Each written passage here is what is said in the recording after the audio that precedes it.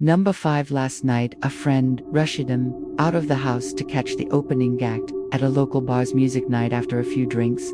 I realized my phone wasn't in me pocket. I checked the table we were sitting at the bar, the bathrooms, and after no luck I used my friend's finito con mine after 2 rings. So me unanswered, gave out a low raspy giggle and hung up. They didn't answer again. I eventually gave it up as a lost cause and headed home. I found my phone laying on my nightstand right where I left bus driver at number 4 when I was a kid. I was always the last kid to get picked up by the bus driver to go to school one day. I was waiting for the bus by myself in Abu's with no kids. Pulled up, the bus driver smiled and told me to hop on. Just had a bad feeling. I said, "Where are the other kids?" He said, "We will go get them." I just get one, got more and more pushy, but didn't do anything crazy. I just kept saying no. Andy shrugged and left the real bus pulled up. A few minutes later I went to school and my parents didn't know until I mentioned it that night. Looking back, they were pretty worried.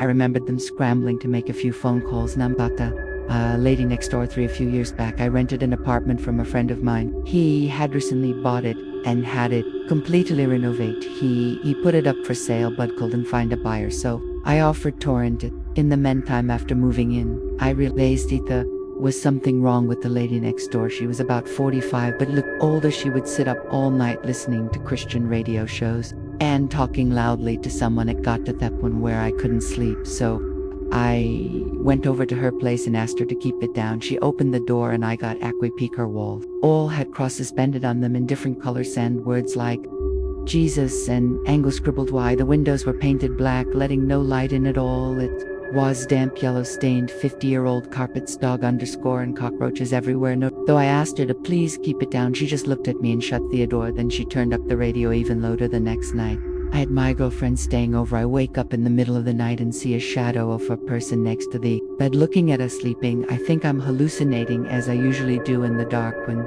I'm sleepy.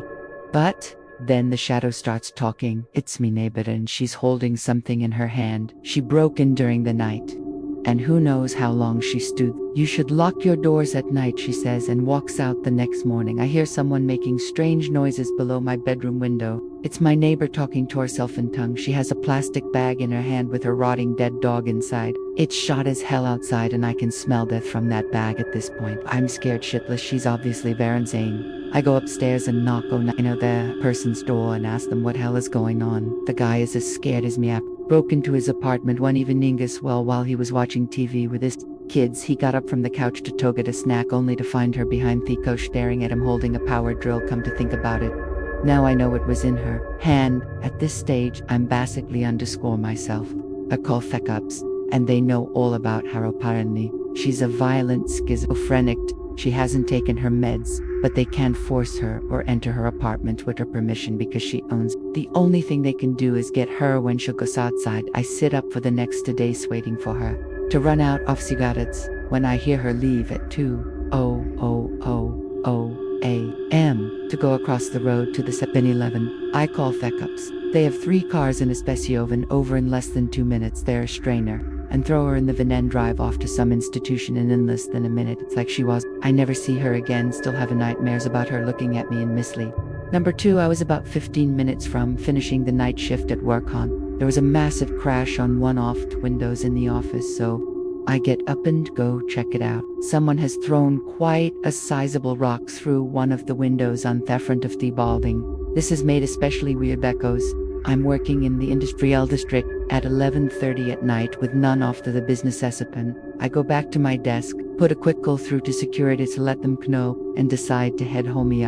I'm leaving the building. I'm freaking myself out about it more and more and end up running to my car, getting in and bang. I'm almost home and I've started to come down a bit when I realized that I didn't unlock my car when I got in. It had been unlocked the whole time. I do a quick check with my hand in the back seat for any possible murderers that might be hanging around there, but there's nothing there. Fast forward about 30 minutes. I've called a friend of mine who says he's out drinking, so I decide I'm going to join him. I jump on my bicycle and start riding over. I'm doodling along the road in my bike. It's a nice night and I'm in no big rush, just enjoying the moonlit. I hear someone riding behind me. Straighten up and stick to one side off the road. He passes me really slowly and when's right beside me. He shoots me a smile and I can describe it as purely insane. I kind of flinch and am taking Ozzy rides on. That's when I realize he's riding my mom's bike. Needless to say, I sprint the hell home when I get there. Sure enough, Herbeck is missing and one of my coasters is open, the back left one. I was driving and had no need to open that. The payphone door number 1. I worked at a campground on night shift 12 a.m. to 8 a.m. every night. It wasn't bad. I would bring in my PS2 and game a good portion of the night, only having to deal with 1 or 12 people on busy night. It was just me in this little AT shack with nothing around but dark all night. My first week there, the other third shift guy who was quitting told me about this payphone a few feet from the shack where I worked. He said it rang every night at 4:17 a.m. just once. It was probably just an automated test. Cal guessed. He's never answered himself. I go for a few months with Pay. It was the middle of the summer, so most nights I had the windows closed so I couldn't hear the payphone go off.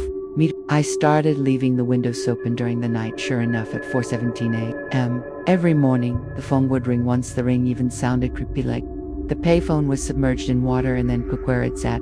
One night I got up the nerve tones where it. I set an alarm at 4:15 and would go wait at the phone until it rung. When it did, I answered it, but there was no sound, just dead air, like someone was in the other line but wasn't answering. I said hello a few times and hung up. I did these every night for a week with these some results. I didn't think anything of it and left it alone. After that, for about a month, the first week of October, I decided to answer the phone once again. Is at my alarm, and when the time came I answered Zephon. I repeatedly said hello into Zephon. Then I heard what sounded like Simone inhaling through clenched teeth. Voice that sounded was rough and sounded like he had gargled gravel. He said my name, my complete name, first, middle, and last. It was a voice. If I never heard my voice cut in my throat, and I hung up. I rattled some change into the and hit *69. The number had come from California. I lived in Indiana.